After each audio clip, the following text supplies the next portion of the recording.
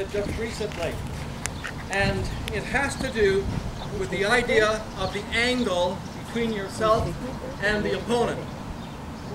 Various Tai Chi styles tend to specialize in different angles. I demonstrated the Chen style, which you can see as being basically a farmer kung fu. The Chen family were rich farmers. They were guarding their crops.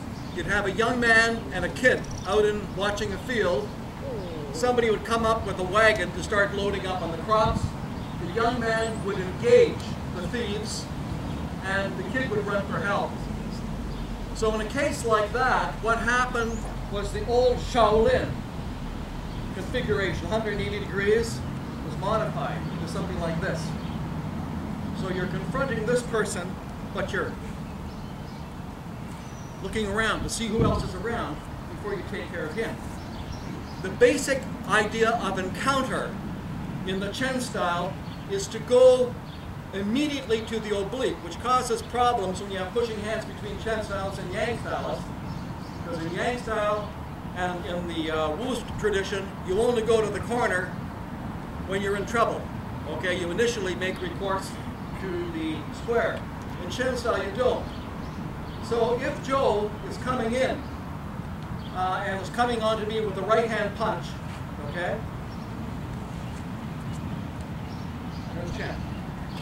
You see the orientation here was at an angle, okay? My primary style is the old Yang, it's called the Yang Zhong Laojia, okay, or the old Yang middle frame. Very, very close to the Chen. What I'm going to show you is the ward off from Grassbird's tail to the right. He comes in with a punch. Okay. So this is not that far off this. It's the same sort of angle. However, if you look at the related method from the Yang style or the Wu style, it'll be quite different. If you come in here, Joe, give them a different angle. Joe comes in with a right-hand punch, and the orientation is right into the square. Chest here, he goes there, or he goes back. I hope I didn't bruise him. Okay? Wu style, very similar, narrower though, elbows down, and even more extreme. He comes in with the punch. Okay? Now, thank you, Joe. Basically, what one can see here is Tai Chi evolving because of environmental concerns through different styles.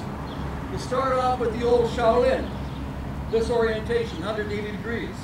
It's modified to something that's a little bit more oblique.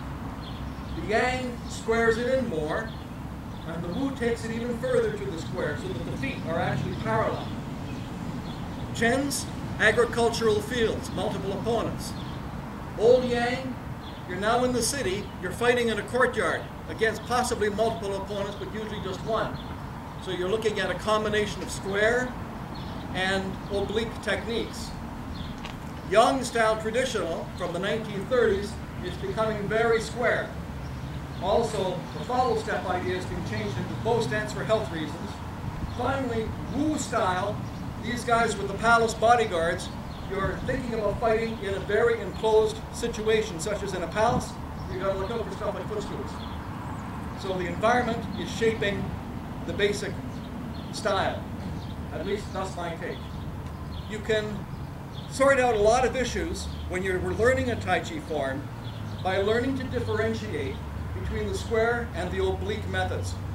That can really help you in terms of making sure that your movement in going into any particular posture is efficient.